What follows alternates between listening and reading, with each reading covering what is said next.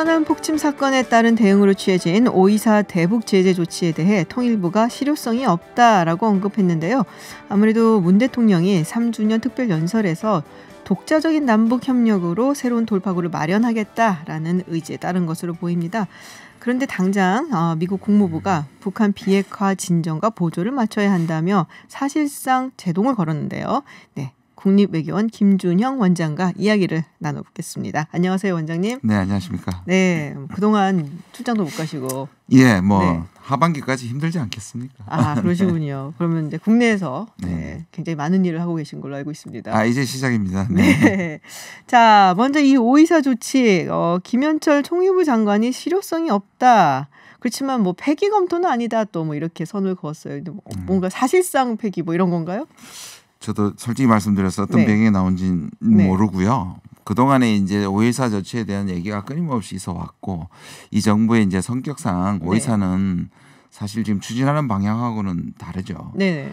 물론 이제 뭐 사과를 받아내야 하고 실제로 5.24 조치 금강산 천안함이나 금강산 이후에도 북한에서 비공식적으로 사과 의사 같은 것들을 물론 이제 천안함은 빼고요. 네네. 그런 것들이 있었기 때문에 그것이 전제 조건화하는 것에 대해서 이제 내부적으로 반대가 많았고, 근데 이제 사실상 이쪽에서도 폐지해야 된다는 쪽에서도 두 가지 의견이 있잖아요. 하나는 뭐냐면 이거를 선언적으로 확실하게 폐기를 선언하고 갈 건지, 아니면 지금 김현철 장관이 얘기한 것처럼 사실상이 지금 큰 역할을 못 하고 있으니 공연히 이거를 공식적으로 하다가 그거 부스럼할 필요가 없다. 네. 야당의 반대나 보수의 반대가 있을 거니까 아마 그런 얘기가 나왔는데 아마 근데 제가 이 부분을 왜 어떤 배경에서 나왔는지에 대해서는 저는 정확하게 잘 모르고 있습니다. 원장님 모르시면 어떡해요? 아니 저거 통일부 사정까지 뭐 다 알겠습니까? 그래도 국립외교원인데요. 국립외교원에서 연구하고 있고 교육하고 있습니다. 알겠습니다. 그러니까 이게 어떻게 보면은 그거랑 좀 맥이 맞으니까 지금 이야기가 나온 것 같아요. 문재인 대통령이 이제는 남북 협력 쪽으로 그러니까 미국하고의 어떤 물꼬를 트는 거를 마냥 기대하고 있을 수는 없다라는 이제 취지의 말씀하셨잖아요. 예. 그러니까 맥락은 말씀하신 것은 맥락은 전체적으로 같고요. 사실상 2018년 4월 27일 남북 정상회담을 하기 직전에 제가 그때 이제 자문위원이었었는데 청와대에서 이제 그 남북 정상회담을 준비하면서 모두 말씀을 하셨을 때 이 말씀을 하셨어요. 분명히 남북 문제인데 문제는 핵 문제가 남북 문제 앞에 크게 장애물로 있으니 이것을 넘어가야 한다는 의미에서 북미한테 연결시키는 역할을 해준다. 그러나 결국은 남북이 가야 한다는 말씀을 하셨는데 이때까지는 어떤 의미에서 우리가 북미를 연결시켰는데 그게 지금 잘 안 맞지 않습니까? 네네.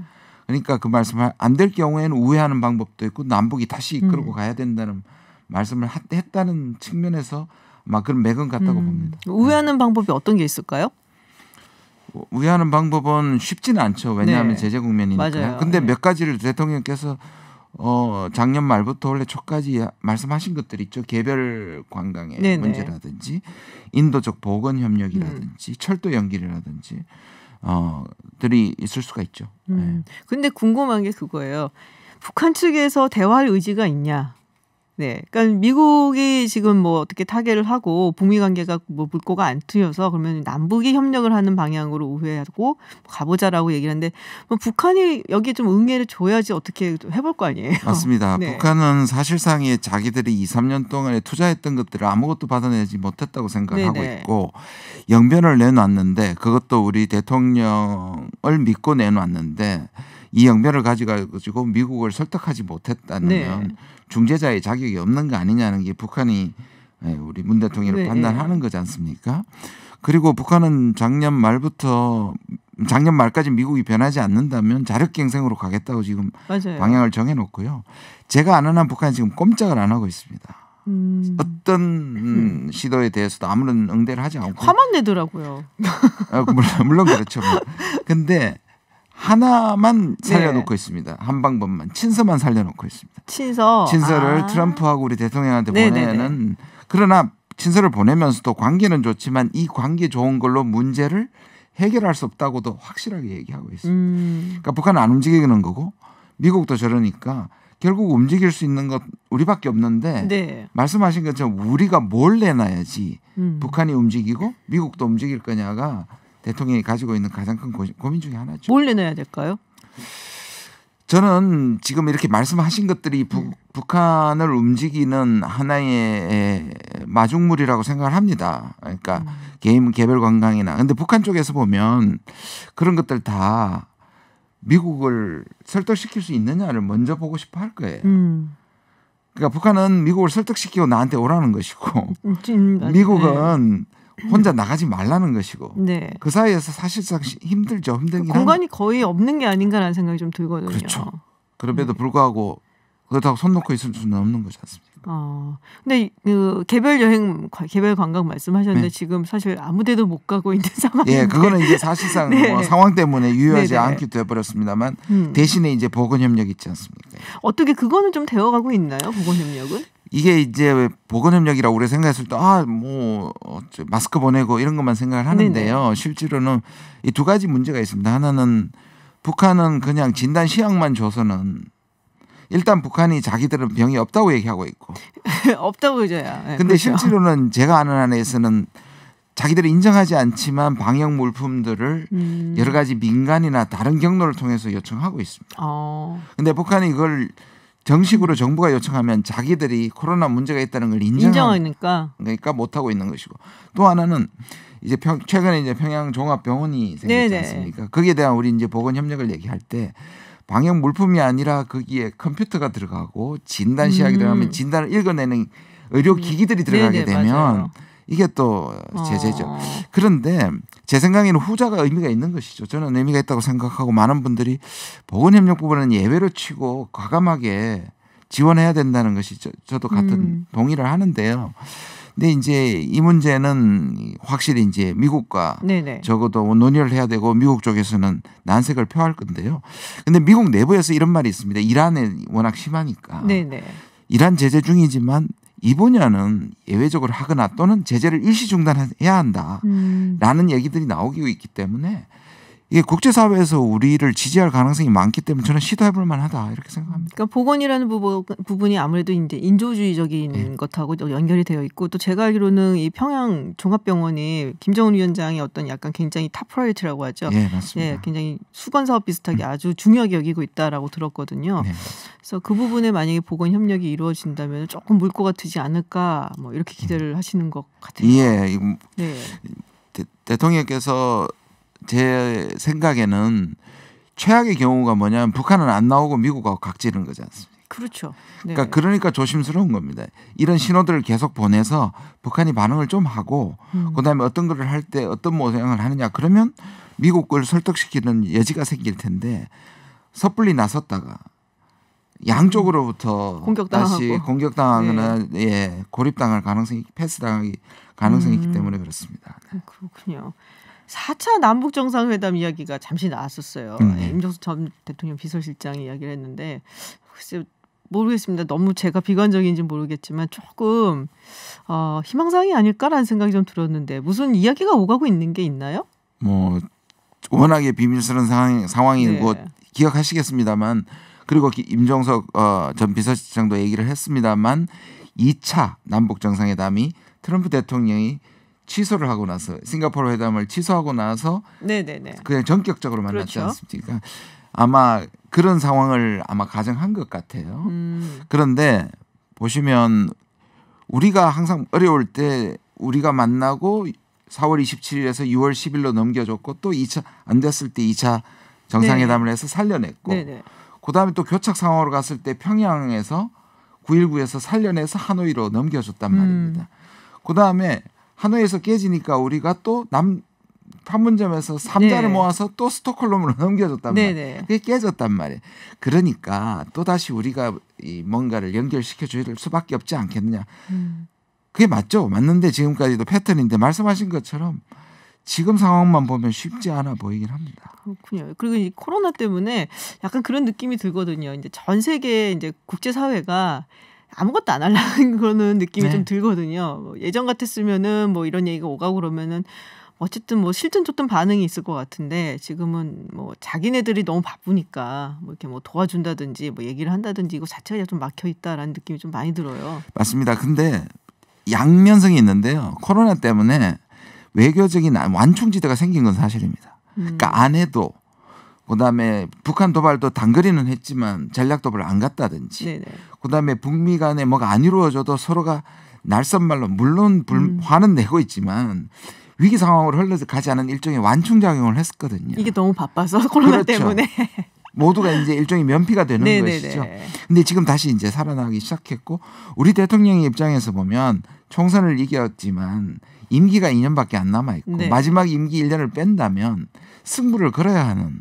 왜냐하면 노무현 대통령 때도 너무 늦게 시작해서 그걸 살려내지를 못했잖아요. 그렇죠. 마지막이었어요. 그렇게 보면 승부처인데 말씀드린 것처럼 상황은 그렇게 쉽지 녹록하지 않다 봅니다. 그러니까 문제는 사실 저는 미국이 올해 거의 아무것도 안 할 것 같거든요. 저도 그렇게 대통령 선거가 있기 때문에 그리고 트럼프 대통령이 지금 여유가 있는 상황이라면 뭐 이것도 해보고 저것도 해보겠지만은 상황이 점점 악화가 되고 있어요. 맞습니다. 지지율도 그 전에는 사실은 이제 굉장히 뭐 아주 그냥 뭐 스테디하다 43%대였는데 보니까 이제 42%대로 떨어졌더라고요. 평균이. 안 할 것 같거든요, 미국이. 저도 동의합니다. 왜냐하면 제가 이제 작년까지 무슨 말을 했냐면 심지어 작년도 네. 트럼프 대통령이 북한에게 큰 양보를 얻어낼 수 있다는 확신이 들지 않는다면 현상 유지를 할 것이다. 그런데 지금 상황에서는 더더욱이 말씀하신 바처럼 안 할 거고요. 안 할 가능성이 매우 많고요. 네. 그러려면 이게 이제 결국 창과 방패인데 김정은 위원장이 대폭 양보를 해야 되는데 또 그 입장에서 김정은 위원장은 하노이에서 엄청난 실패를 겪고 왔기 때문에 트럼프 위원장이 뭘 주지 않으면 안 나올 거란 말이에요. 그렇죠. 그래서 둘 다 지금 사실상 거의 복지부동 상태다. 그렇기 때문에 움직일 것은 한국밖에 없고 실제로 미국 내부에서도 한국한테 아웃소싱을 해야 된다. 트럼프 대통령은. 그리고 문제가 풀릴 때 가서 편승하면 된다는 게 네네. 해야 된다는 게 이제 미국 내에서 나오는데 사실상에 지금 재선의 모든 것을 걸고 있는 상황에서 정치인의 제일 목표는 선거에서 이기는 거죠. 그렇습니다. 좀 어려운 상황입니다. 제가 봐도. 나오셔서 오늘 계속 어렵다는 얘기만 하고 계세요. 뭔가 좀 희망적인 얘기를 해주셔야 되는데 그리고 제가 사실은 좀 걱정되는 부분이 여기에요. 지금 트럼프 대통령 보면은 중국한테 완전히 화가 나갖고 정말 있는 대로 신경질을 내고 있잖아요. 근데 북한하고 중국하고 너무 가까운 모습이 보인다거나 혹은 이제 중국이 막 북한에 대해서 뭐 한다는 그런 뭐 영향을 미치는 모습이 보인다거나 하면 불똥 튀지는 않을까 하는 걱정이 살짝 들어요. 살짝. 어떻게 보세요? 맞죠. 그런데 트럼프의 공격은 상당히 의도된 공격이고 아시다시피 지금 모든 것은 욕을 먹어도 미국이 하나 전 국민을 단합시키는 것이 중국입니다. 아시다시피. 지금 맞아요. 적어도 또 누군가 책임을 전가시킬 필요가 있고 그렇죠. 지금 스트레스를 워낙 받고 미국 시스템 자체가 흔들리고 있기 때문에 누구한테 전가할 필요가 있는 것이고 전가와 희망이죠. 백신이라는 희망을 네네. 주고 동시에 이제 전가하는 것인데 트럼프의 지난 3년간을 보면 그래도 말만큼 뒷부분에 가서 굉장히 세게 하고 뒷부분에 타협하는 스타일을 보였기 때문에 네네. 이게 정말 이 분노 조절 장애만큼 자기를 컨트롤 못해서 한다기보다는 제가 보기에는 의도된 것이기 때문에 중국의 입장에 따라서 저는 이게 아주 파국으로 갈 거다 이렇게 생각하지는 않습니다. 근데 정말로 선거에 질 것 같은 상황 되면은 정말로 성질을 내지 않을까요? 근데 이제 뭐 그렇기도 하겠지만 자기가 질 거라고 생각하지 않을 것 같은데 아무리 불리해도. 또 그런 또 심리가 있겠군요. 그런 걸 굉장히 스스로 포장하는 기술, 스스로도 그렇게 믿게 하는 기술이 있기 때문에. 그렇군요. 이거는 이제 뭐라고 하지? 근자감이라 그러나요? 저희가 그거 없는 자신감이라고 제가 공직자로서 또. 그럼 미국하고 중국 관계는 어떻게 보세요 앞으로? 이게 이제 중국이 이번에 이제 양회를 하고 뭐 그러면 저렇게 나오는데 왜 우리 전체 패턴을 보면 중국이 반대는 하지만 굉장히 수비형만 하고 있습니다. 딱 최소한의 수비만 하고 밀리지는 않는데 선제 공격을 한다든지 완전히 역공을 하지는 않거든요. 이게 중국의 자세입니다. 그러니까 적어도 지금 상태에서는 미국이 할 때 막기는 하고 물러서지는 않겠지만 더 자극해서 전선을 확산시키지는 않겠다는 거니까 중국은 장기전입니다. 참호전입니다. 참호전 끔찍한데. 네. 그래도 뭐 외교관들이 막말은 잘하잖아요. 지금 중국에서 네네. 예, 외교관들 말을 막 하는데 홍콩이 좀 걱정이 돼서 제가 사실은 그렇더라고요. 그렇죠. 예. 이게 결국은 강대국 사이에서 사실 중국하고 미국은 충돌을 못 한단 말이에요. 그 네. 파장이 너무 크고 그렇죠. 결과가 너무 그렇기 때문에 그러다 보니 주변 국가를 계속 못 살게 구는 거예요. 네. 사드도 그랬고 지금 폼페오가 또 취국한다고 차이잉원 네, 총통한테 전화해가지고 또 네. 자극하고 그다음에 지금 홍콩이 그런 네. 상황이죠. 아마 그런 방식으로 아마 계속 백신이 나오면 또 백신 가지고 줄 세울 것이고요. 그렇죠. 그러니까 이런 것들이 주변 국가로 굉장히 스트레스가 맞아요. 스트레스 지수가 계속 높아지는 역할을 하게 됩니다. 그리고 홍콩이 만약에 이번에 시위가 생긴다 그러면 사실 예전에 이제 작년 같은 경우에는 이제 외국에서 많이들 이야기를 했잖아요. 외신도 보도를 많이 하고 굉장히 집중적으로 언론을 통해서 뭐 견제를 했다고 해야 되나? 중국이 너무 나아가지 않도록. 이번에는 이 코로나 때문에 그게 쉽지가 않을 것 같아 보여서 좀 걱정되더라고요. 예, 저도 뭐 그 부분이 좀 또 어떤 의미에서 중국이 이미 이제 예봉을 네네. 홍콩의 그 시민운동의 예봉을 꺾었다고 생각하기 때문에 오히려 시민운동이 불붙기가 지난번보다 훨씬 힘들게 될 것이다 그렇게 생각합니다. 그렇군요. 예. 시진핑 주석 방한 하나요? 이제 하반기에? 한다고 얘기했지 않습니까? 제가 보기에는 그렇게 한다고 한 얘기는 지금은 힘들다는 얘기의 역표현이라고 생각이 듭니다. 그러니까 그렇지만 건재함을 보여주고 그다음에 이 부분에서 한국도 필요하고 중국도 필요하다는 점에서 실현은 될 텐데 시기는 좀 유동적인 것 같습니다. 러시아는 간다 그러던데요. 네네. 일본도 일본에 온다는 얘기는 아직은 결정된 건 아니죠. 예. 아마 일본 측에서는 아마 중국 측 시진핑 주석이 오는 것에 대해서는 아마 네. 포기한 듯합니다. 포기했어요? 예. 왜요? 뭐 여러 가지 이제 그 상황이 아. 어려울 거라고 기대를 좀 접는다 그럴까요? 아마 그렇군요. 네. 방위 분담은 어떻게 돼가고 있어요? 진짜 모르겠습니다. 뭐예요? 어두운 얘기와 모르겠다는 얘기만 하시면 어떡해요, 나오셔서. 제가 아는 왜냐하면 이거는 워낙 협상 그 담당자들이면 알고 있는 얘기인데요. 제가 여러 가지를 이제 학자로서 좀 종합을 해보고 분석을 해보면 사실상 미국의 대표단도 얼마를 가져가야 트럼프 대통령이 오케이 할지를 처음부터 몰랐던 거고요. 자기로서는 어떤 의미에서 이 틀 안에서 가장 사실은 높은 비율을 인상률을 가져갔음에도 불구하고 13%를 가져갔음에도 불구하고 그걸 퇴짜를 맞은 거 아니에요. 네네. 사실 그래서 다 됐다고 얘기했던 것들이 사실 정상이 마지막에 틀어버린 거기 때문에 사실상 지금 완전히 막다른 골목에 미국 팀도 막혀 있고 곤란하군요. 우리 팀도 막혀 있습니다. 근데 이제 또 선거가 있기 때문에 적당한 수준에서 트럼프 대통령이 받아줄까요? 근데 지금 우리는 사실상 8%의 국방비 증가율보다 훨씬 높은 13%였는데 그거를 오히려 그리고 우리는 매년 이렇게 너무 피곤한 일이지 않습니까?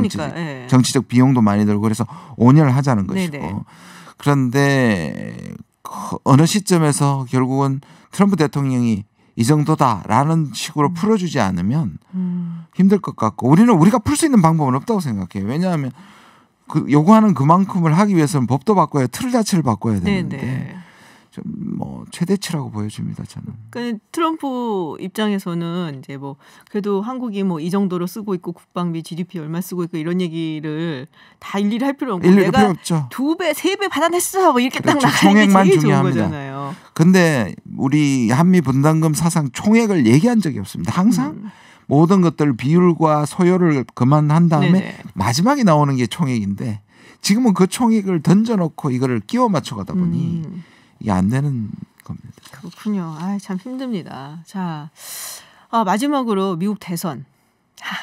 이렇게 질문하는 입장은 되게 좋아요. 어떻게 될 것 같으세요? 누가 이길까요? 늘 대답하는 입장이시다가 너무하시네요.